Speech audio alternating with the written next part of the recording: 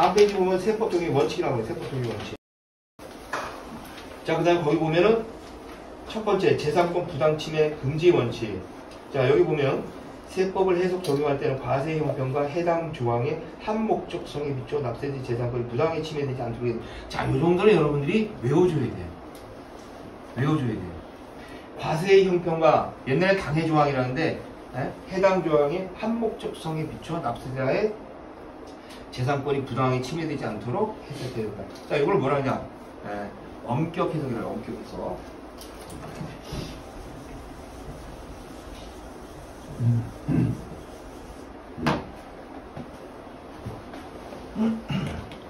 우리가 이제 해석을 할 때 물리 해석이라는 말이에요. 물리 해석. 문구 나와 있는 그대로 해석이라는 얘기야. 문구 그대로. 네?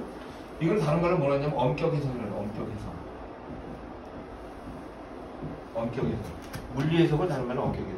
자, 그러다 보니까 유추 해석은 금지가 돼요. 자, 그 다음에 확장 해석도 금지가 됩니다. 확장 해석. 이거 굉장히 중요해요. 굉장히. 아주 세무서와들 그 공무원들하고 얘기를 하다 보면 이 조항을 어떻게 해석하느냐에 따라서 아주 첨예하게 대립하는 경우들이 나와. 거기서 맨날 나오는 게 뭐냐? 요 조항이에요. 요 조항. 당해 조항의 해당 조항의 한목적성에 비추어. 한목적성. 예? 물리해석이라는 게 물리해석. 그 조항에 나와 있는 대로 해석해. 이러니까 이거 아니냐? 이러니까 이거로 해석을 해야 되는 게 아닙니까? 유추해석이에요. 유추해석. 유추해석이 허용이 안 되는 세법은요. 그래서 유추해석도 금지고 확장해석도 금지야. 그 내용 그대로 해석을 해야 돼. 그래서 이 내용이 굉장히 많이 우리가 쓰여져요. 그래서 나중에 세무서 우리가 이의신청을 넣든지 심판청을 넣든지 고청을 넣든지 그러면 결정문에 이런 내용이 맨날 나와. 국세기본법에 이렇게 나와 있는데 거기 보면 물리 해석을 하도록 돼 있다. 엄격하게 해석하도록 돼 있다. 이런 내용들이 나온다고. 그래서 요 내용이 나도 알고 있어야 되고 상대방이 그런 얘기할 때 이해도 해야 되지만 내가 또 써먹을 때도 있어요. 뭐 얘기하다가 조사관님 이 내용은 세법은 기본 취지가 물리 해석을 하도록 돼 있지 않느냐. 그럼 엄격하게 해석해야 되는데 엄격 해석이라는 문구 나와 있는 그대로 해석을 해야 된다. 근데 거기 나와 있지 않는 거를 그걸 주장한다면 결국은 뭐냐? 확장 해석 내지는 유추 해석 아니냐? 그럼 그 해석 자체가 잘못된 거 아니냐? 라고 얘기를 할 수가 있잖아.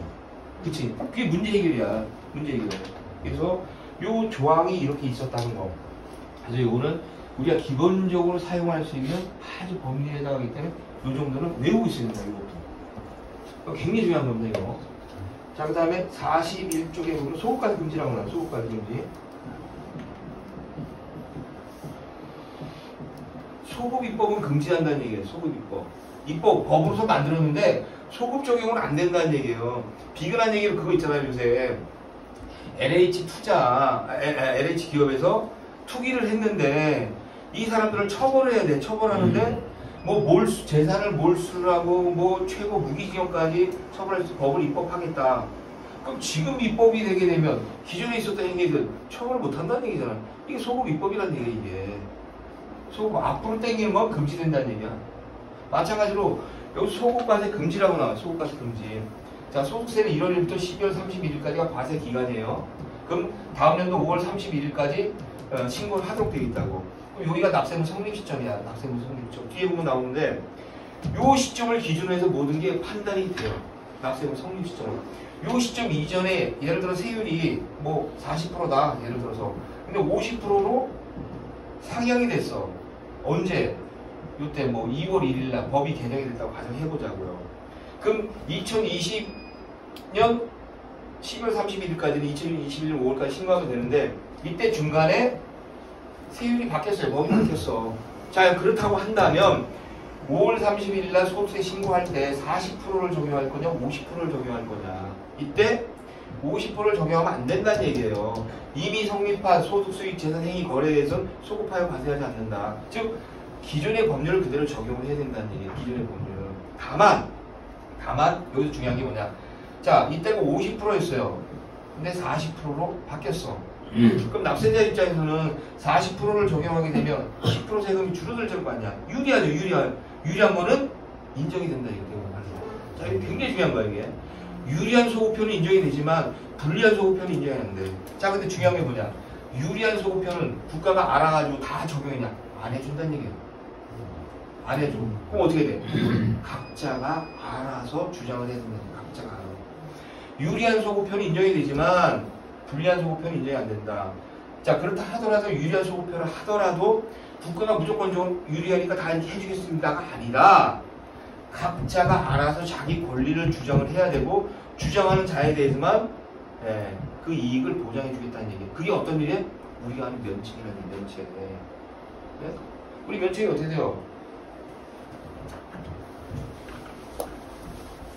이게 뭐 얘기하겠지만 2008년도 1월 1일 국세징수법이 개정이 되면서부터 이 면책이 이제 시행이 됐다고 보면 되는데, 자, 이렇게 돼서 유리하게 납세자에게 유리하게 법이 바뀌었어요. 그럼 그 앞에 있던 사람은 국가가 무조건 해주냐? 안 해준다는 얘기야, 안 해준다는 얘기야. 뭐 어떻게? 여기 법이 유리하게 바뀌었으니까 혜택을 받을 수 있다고 생각되는 사람은 스스로 그 내용을 찾아가지고 국가에다가 주장을 하게 되면 국가가 인정을 해주겠다는 얘기. 그게 뭐야? 우리 하고 있는 고충 면책제도라는 얘기예요. 그런데 납세자들은 모르잖아요. 이렇게 바뀌었는지, 이렇게 하면 내가 혜택을 받는지 모른다는 얘기예요. 그거를 하는 사람들이 여러분들이라는 얘기.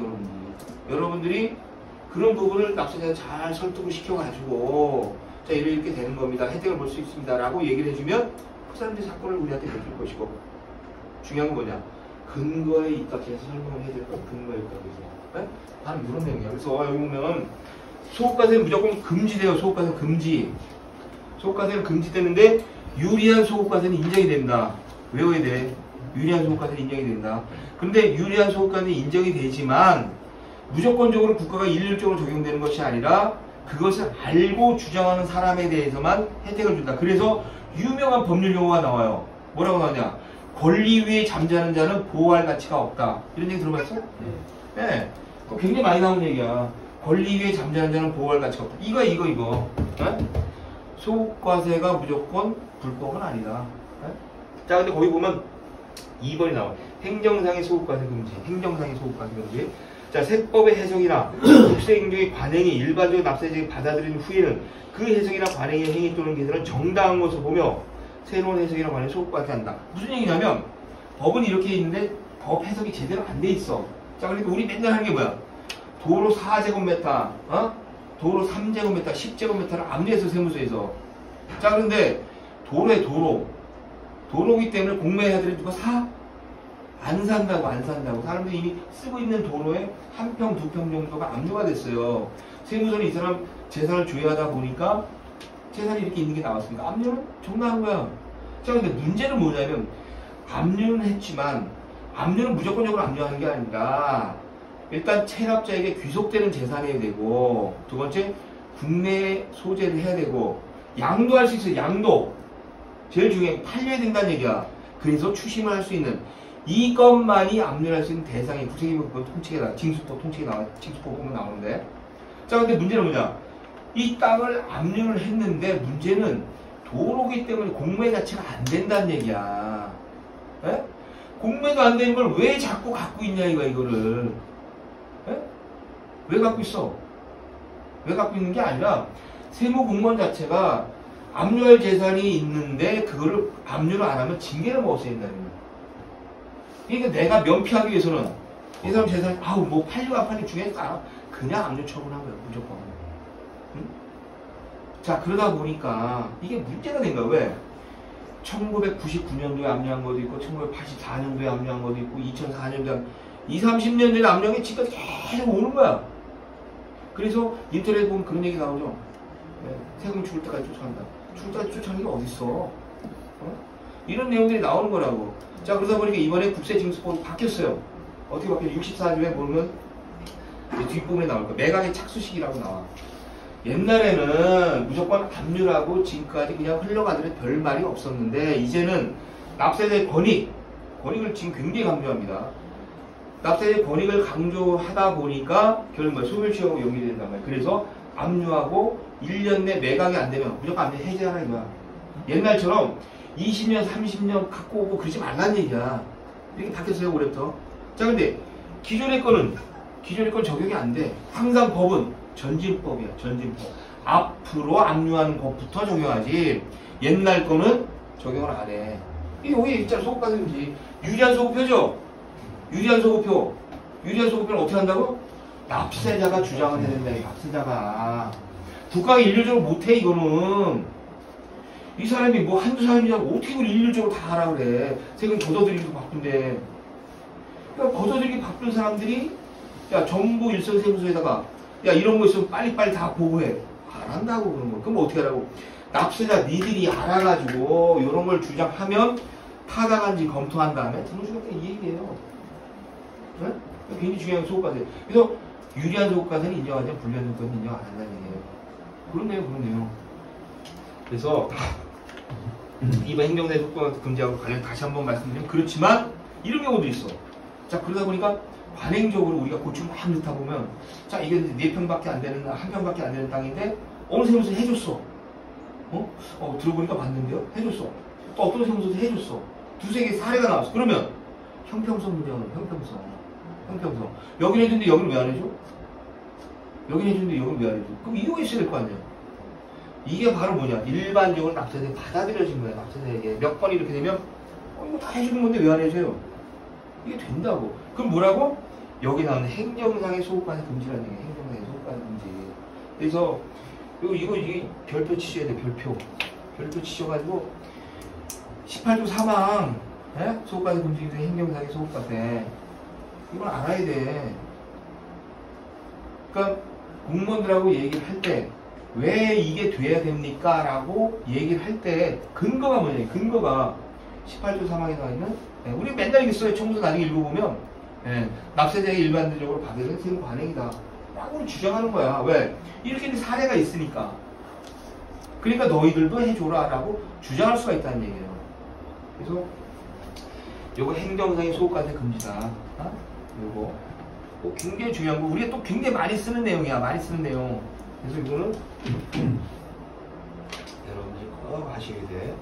그 다음에 뭐 진정소 부진 뭐 이거 읽어보시면 되고 중요한 건 아니고 세무공 국제적으로 세무공무 제작하는 게 기업적인 존중의 원칙 뭐 있는데 그렇게 읽어봐 그냥. 아무튼 국세 부과의 원칙과 세법적인 원칙이 중요한 거는 조항까지 외워야 돼. 조항까지. 18조 3항이 이렇고 14조 1항은 실질관의 원칙이고 규정관의 실칙이고 2항은 거래 명칭 그 다음 3항은 경제적 실질 이렇게 외워야 돼. 얘기하다 보면 요 정도까지 여러분들이 알아줘야 돼요. 무조건. 이게 중요한 거야. 그 다음 특히 18조 3항이요. 18조 3항 세무 관행 요거는 입에 배야 돼. 그래야지 납세자한테 설명할 때도 쉽게 설명해 줄 수 있고 그 다음에 세무서 직원하고도 얘기할 때 물어봐야 될 거 아니에요. 왜 안 되는지. 그때 아주 적절하게 유효적절하게 사용할 수 있는 그런 조항이다.